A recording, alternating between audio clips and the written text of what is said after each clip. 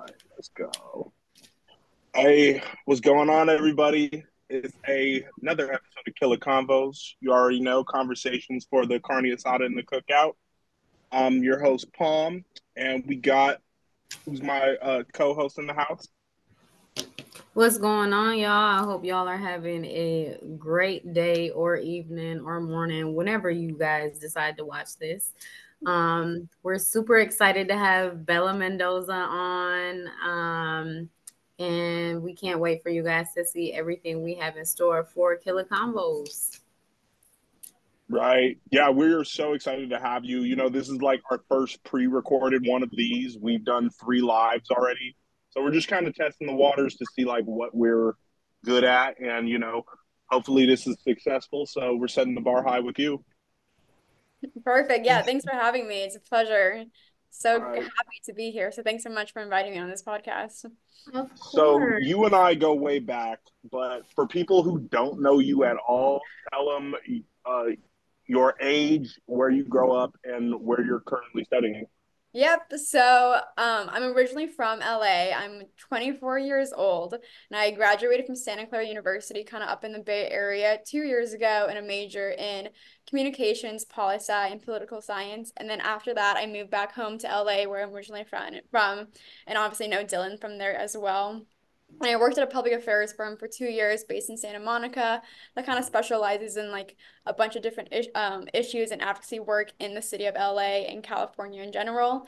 And then I made the decision to start grad school. I'm actually in my first semester of grad school right now at Brown University in Rhode Island. So I did a big change and moved across the coast about a month ago, a month and a half ago. I moved across the coast and I'm getting my master's in public affairs right now at Brown. That's Excellent. awesome. I love So that. for the folks at home, I want to give a little more specific context to how you know me. From since grade school, you are the youngest of four siblings, and you're the only girl. You got your oldest brother Marco, who's actually my twin. That's the homie. Shout out to him. And then you got Andres, who's my partner Alpha D, who does music.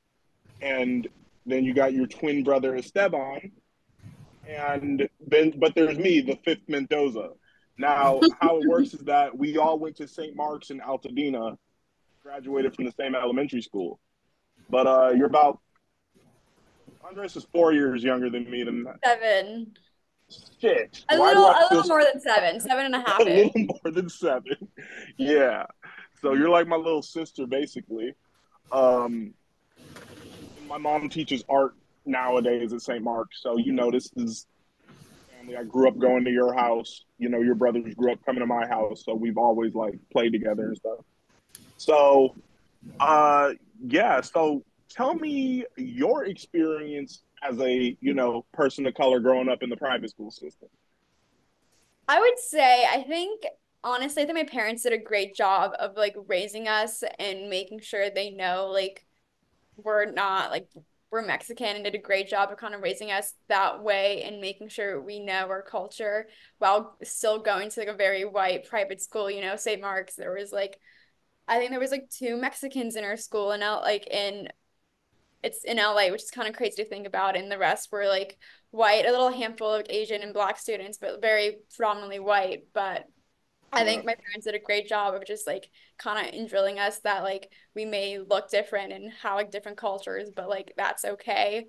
But I think honestly do think St. Mark's also did a great job of kind of celebrating our cultures and like celebrating the small like victories like our cultures had. Like I remember like Sonora Espino, who was our Spanish teacher, she did a great job of kind of like tying in the Mexican culture in like every single grade school class we had in Spanish. Like I know like about a little background about her. She also grew up in Mexico where my mom grew up. So she kind of had background familiarity on the Mexican culture. And I think she did a great job of kind of tying that into the private school education and kind of showing like these rich white kids about like being in LA. In LA, you're surrounded by Latinos, a ton of them, and it's like important to kind of know the language and know their culture, even if you're not one of them, but you'll always be surrounded them, especially if you stay in California and stay in the US. So I think honestly, I think St. Mark's and my elementary school did a great job of kind of like expressing that and prioritizing that while growing up. I love that. Excellent. Growing up, like I grew up kind of in the South and in the North. And there was like a big difference for me as well. Like in the South, um, the Spanish teachers were teaching, you know, obviously the original Spanish, and then you had the hood Spanish. And up north, when I would come to the schools here, everything was like the Americanized Spanish. So it was, you know, it was a little hard, but I love that, you know, your schools that you went to were able to push, you know, the culture on everybody so that way everybody can see and understand what we're about and where we come from as people and things like that, because, you know, indigenous people, like we were here first, you know, so it's great that people are able to see our culture. So I love that for you. That's amazing. Yeah, it was definitely a great experience. And I know it was kind of like very different from what other people kind of tend to go to and kind of experience, especially being like an only ethnic person in like a very white private school, especially in like a suburb like Pasadena and LA. So I think it was very different than like how other people may have gone to like other private schools and may have experienced different things. I think St. Mark's was like unique because they do have a Spanish teacher who did grow up in Mexico. And although she may be like white, she did spend a majority of her childhood in Mexico and learning about the culture and learning about Right. the language and having appreciation of that. So I think that was a kind of great thing. Just Yeah. to chime in to give a testament to St. Mark's diversity, you know, growing up for us, we had the director of school or principal was Dr. Olson, and she was Hawaiian. So I think she made it a point to like have a diverse student body and a diverse staff, because I remember just like I could name so many friends of like a lot of different backgrounds, from like Mexican American to Filipino to black to, you know, plenty of white, of, you know, everybody who came over to my house. And there was, you know, as an only child growing up, there was always like kids over, you know, not just from school but like from church, from the neighborhood, and other groups and such. But for St. Mark's in particular, you know, we had like our art teacher, Mrs. Ichian, who was, you know, Japanese, Miss Toyama, who's Japanese Hawaiian. You know, we had a lot, you know, Miss Russell and Miss Poole, who's black women, you know, who are in the staff and in administration. So I think it was really the thing that with me is that we grew up with a lot of diversity. It's just that in the private school system, it's that when you comes to people higher up in power, it just kind of leans white. Mm-hmm. I would Yeah. agree. I think just like just coming out of undergrad and starting my like very first job, I was like the only woman of color at our office. Granted, our office did only have like 12, 13 people, but for the longest time, I was only like the woman of color in the office. And eventually we hired a little bit more diversity in the office. But like just coming out of there, it's like very evident, like everything's very white dominated, especially coming from like a place where like you do see like diversity where you look, but kind of in the workplace, it's not there. It's kind of lacking. So you felt like it was kind of lacking in the workplace. Before we get to that chapter of your life, I want to get to one previous to that. Mayfield. You went there for middle school and for high school? I went to To Chandler Chandler for for middle middle school, right? school and then Mayfield Okay. Senior High School, which for those who don't know is a private all-girls All school in right. Pasadena, and it's Yeah, also so Catholic. how was all girls Catholic school for you?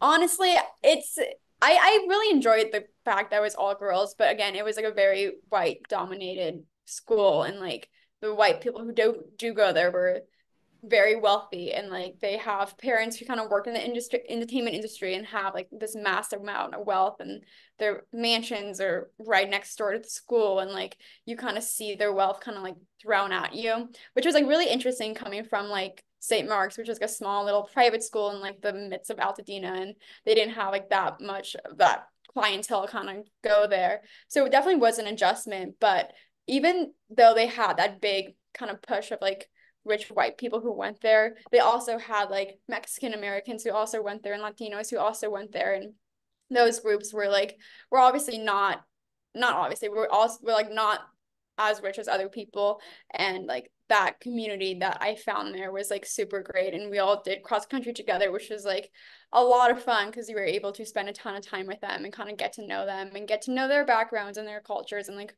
what they do for fun, and kind of like not get to stay away but kind of like differ yourself from like other people that were there. So by the time you got to college, coming out of all girls school, did anything blow your mind? Honestly, I realized, no offense, how how stupid boys can be sometimes, and how kind of None like taken. how they were kind of like so confident to make like kind of stupid comments and ask like very ridiculous questions in class.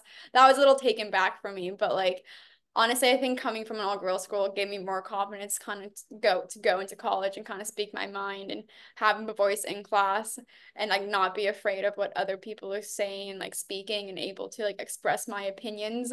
So I think that was a really great thing that Mayfield kind of taught me how to like be very confident and have confidence in my answers and not have anyone like change my mind or gaslight me or kind of like say that I'm wrong when I know that my opinions are right. Interesting. Um, Jess, do you have anything before we move on to like career to ask Bea about education? Yes. So during school and things like that, was everything easy? And by easy, I mean, did you feel comfortable being only the colored person or one of two colored people and things like that in certain groups? Like, have you ever experienced racism or anything like that while you were in school?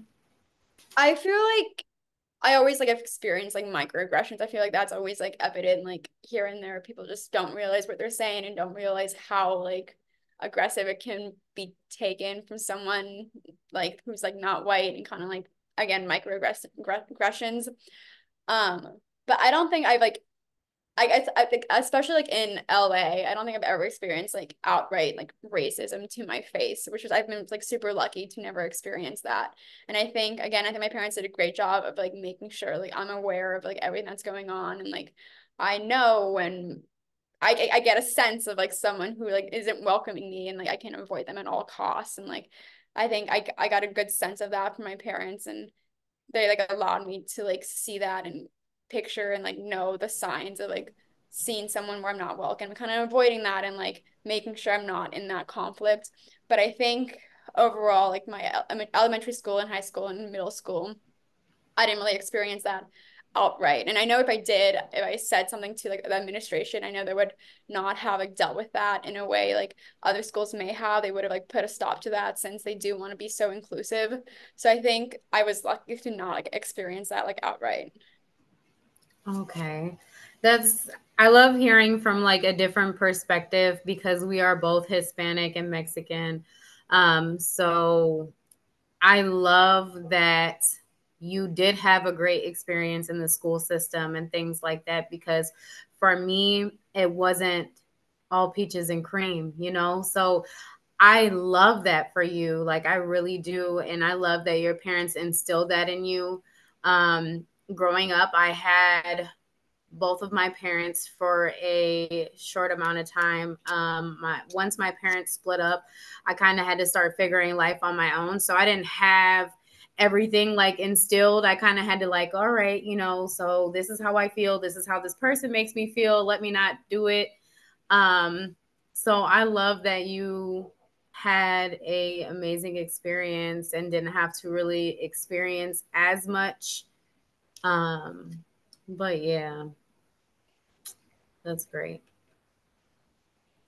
So, how was the college environment, like the social life for you? You know, warming up to it. You said like, you know, sometimes boys would say stupid things, but like, I want to know, you know, how did you adjust to being away from home for the first time? I think my adjustment was like super easy. I think I went to Santa Clara, and I know like a few people from my high school also went there, and I think that definitely helped me like adjust to like college living and living by myself. Right. Because as you For know, people who don't know, because we have like listeners from all over the country, all over the world, like what part of California is that? How many hours away from it is it from LA County? yep. So Santa Clara is four, it's 5 hours from LA. It's in the Bay Area, kind of by San Jose, roughly 45 minutes south from San Francisco. So in the Bay Area, kind of like Silicon Valley is like what it's known for. It's known for its tech. So it's like a very big regional school in California. So we have a lot of students from LA who go there and a lot of students from like the Bay Area who go there. So it kind of felt like an extension of like kind of Mayfield in a sense, as in like everyone had the same vibe around them. They also like a lot of people grew up in LA, a lot of them grew up in Yeah. California. So it was like not a culture shock kind of going there because like it's California. Like although like the Bay Area and LA, they have like different vibes, but it's like California, same values, same mindsets all across the state, very liberal. So like honestly, like it was like an easy adjustment adjusting from like LA living to like the Bay Area living. And I think the school did a great job of like helping students transition from being like completely dependent on their parents to being more independent and having like free will and choices and allowing them to kind of take advantage of their life and like put it in a direction that they want. So I think my adjustment was like great in that sense. Well, aren't you lucky? College was a total culture shock for me. Total. Because like, growing up in LA with all this diversity and then, having, a colorful cast of extended family, going off to Hampton, which was an HBCU, was a complete culture shock. I mean, you know, uh, my for our music people, my best example was I was bumping Tyler the Creator, they were bumping Waka Flocka. Is just a night and day difference from what we're allowed to do, what is socially acceptable here, and then you got not only the East Coast and Southern factor of Virginia, but you got kids from all around the country, from New York, New York, New Jersey, East Coast, the DMV, down south, your Georgias, Floridas, Texas. But you got a good amount of California, but it kind of that was a slowly but surely thing. But yeah, it was all over the place, and I think with those experiences of being one of very few of my own kind out here to being like surrounded by my own kind out there, I think that's kind of what made me who I am. Because when I got back to here and went into like the workforce, and then it was like everything, I was like, oh, now like being uncomfortable in both places makes me comfortable everywhere. That's great. Mm. So now that you're in, first of all, so this is your first time away on the East Coast. This is really what I wanted to pick your brain about. How is it, Rhode Island compared to California? It's definitely an adjustment. Definitely like I feel like I don't know. I feel like the reason I did decide to go to grad school outside of California was because I've heard so many people tell me that the East Coast is so much different than the West Coast, and that if like I want to be in this industry, I need to experience East Coast for once. And I was like, I plan to like eventually go back to California. So like now is the time while I'm young and able to kind of move to the East Coast and experience for a little bit. So it's definitely an adjustment. I remember the first time I was here, my parents and Esteban, my twin brother, he came out to help us move in. I remember we went to Seacon, Massachusetts, which is like 15 minutes away from Rhode Island, from Providence, Rhode Island. I remember me and my brother were walking to McDonald's and there were just people like yelling out the N-word outside the window, like straight to us. And it was like shocking. I was like, me and him were like shocked to hear this. And we're like, oh my God, like I've been on in Rhode Island for 20 minutes and this is like how it is. And I think that's because we were definitely like in the outskirts of Massachusetts and like the outskirts of the city, and definitely Providence has not been like that at all. But it was like kind of a shock and I was like, oh my God, what am I gonna do here? But I think people are more openly like that here, which I don't know. I've only been here for like I said, a month. So definitely trying to see like the rest of this culture and how it goes the rest of this year and kind of see how it's like. So usually, do you spend more time on campus or do you go out in the area? Well, I'm in like accelerated program, so like the summer's like the hardest parts. So we have like a ton of homework and a ton of work. And so like I don't have a ton of time to kind of go out. I also like don't have a car. So I've been spending most of my time on campus and kind of the surrounding areas, which is obviously a lot of students, a lot of like a more diverse demographic. And I haven't really been on the outskirts of town that much. But I actually went to the beach on Tuesday. We were driving like rural Rhode Island, I guess that you can call it that. And we saw like a Confederate flag, and we're like, oh my God, like where are we? Like I've never once This is seen. blowing my mind that this is in New England. Yeah, I know exactly. And oh yeah, I had a friend in the car, and she was like, I thought we were in the north. Like, what is going on? And then I guess like that's crazy, but like never once in California have I seen a Confederate flag. Granted, I don't spend a lot of time in the Central Valley where they would like more often be, but it was kind of crazy to kind of see that out in the open. Like they were flying it out with the American flag outside, and I was like kind of shocked. What's crazy is that's how it is here in Michigan. Like all up north, man, when I go visit my grandparents, they live up north in Oscoda, Michigan, which is right off of Lake Huron. They drive around with their Confederate flags. Like, you know how we do on Cinco de Mayo, like for the parades, and we have like our big flag hanging off the back. You know, we do it for Cinco de Mayo.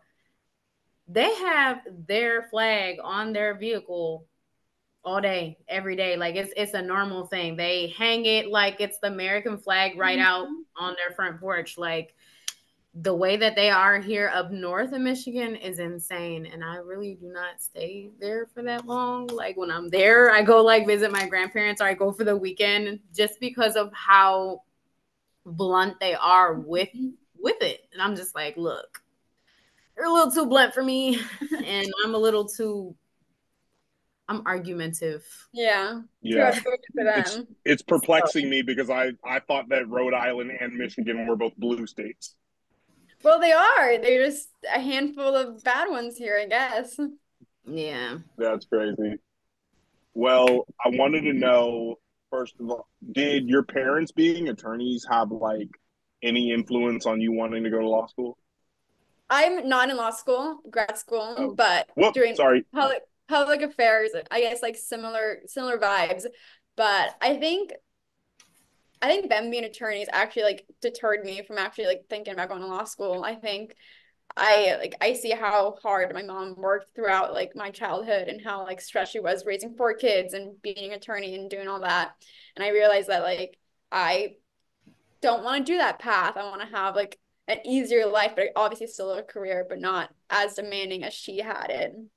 So I think that's like deterred me from actually like thinking that. I also think I would not be a great lawyer. I don't know if I have like I don't know the stamina to actually do that. But I think they definitely like influenced me about like going to like do what I wanted to do and kind of like allowed me the openness to like figure out what I wanted to do and kind of gave me insights to kind of pick things here and there until I kind of found my passion and figured out what I wanted to do and encouraged me to apply to grad school and kind of gave me their best advice when I was like deciding between schools, deciding if I wanted to stay in California and deciding if I wanted to kind of move out here. And I think my mom had a huge impact on that. She grew up in Mexico and then kind of moved here when she was like 9 and 10 and then kind of stayed in California the rest of her life. She went to law school and grad school and like undergrad in California. And I was like, and she was like, I kind of regret not going out to the East Coast for more than a year to kind of like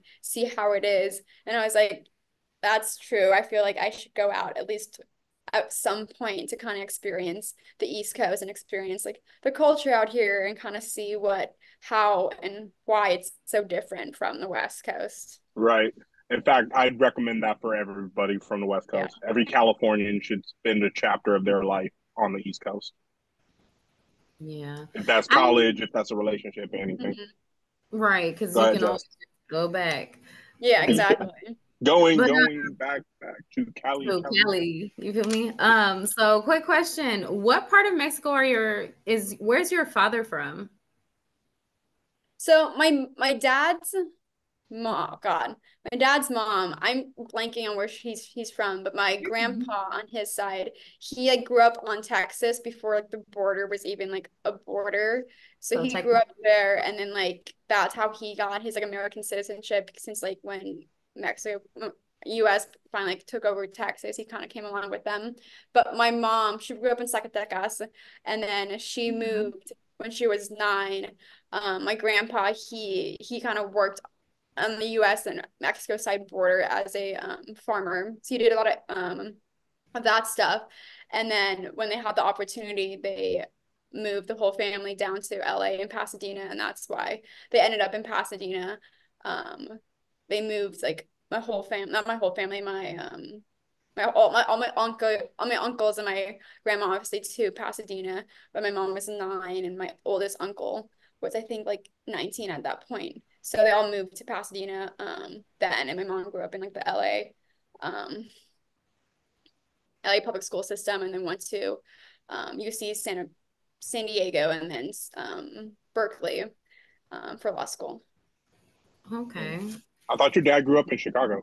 My dad did grow up in Chicago. So my grandpa, he entered the war and then like settled in Chicago, and my grandma, they met in Chicago, and they he grew up in Chicago on the south side of Chicago, and like he experienced like a ton of racism living out there, and eventually moved to LA after law school, because I think he just was done with the cold, which granted I respect, but he tells stories about how much racism he experienced in the suburbs of Chicago, and even in the city of Chicago, how like unwelcoming they were to like Black and brown people at that point, and how like assimilation was such a huge aspect of his childhood, and how difficult that was growing up, and how like sheltered they had to like keep their like Mexican culture because of the racism out there.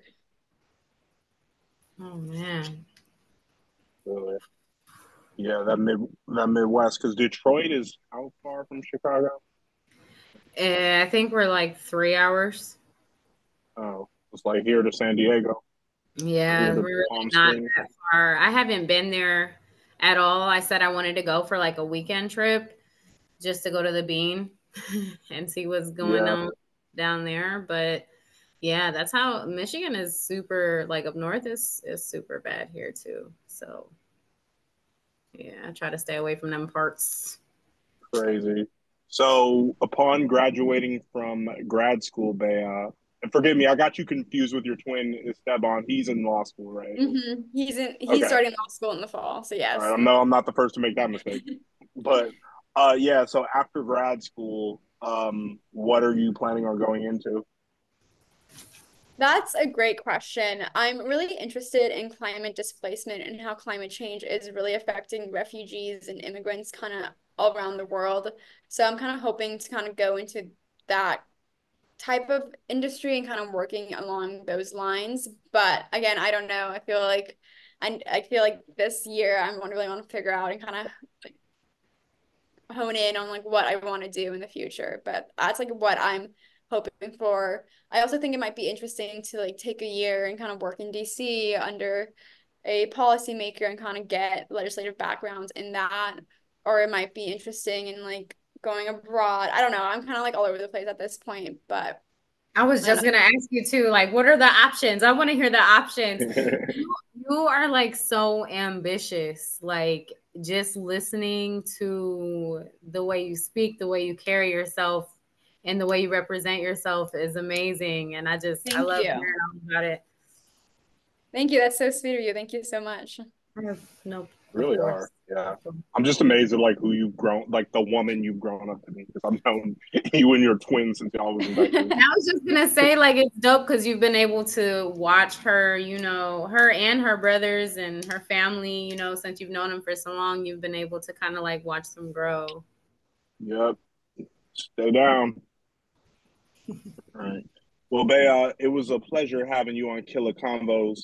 Before we wrap this, is there anything else you want to plug or let people know you got going on or where they can stay in touch with you? I don't think so, but you can obviously get my Instagram from Dylan and everyone else. But nothing to plug. I'll just be in school for the rest of the week. No, God, for the rest of the year. So wish me luck on my final on Tuesday. And that's my plug. All right, y'all wish her all the luck. You got this. Yeah. Luck. You know what I'm saying? Because you blessed. I believe it. You're blessed. Yeah. I believe in blessed. I don't believe in luck that much. We'll let you go so you can get back to studying. Great. Thank you so much. Right, love Thank you so much Thank for you so having much. me. All right. Thank you so much. Bye. Bye-bye.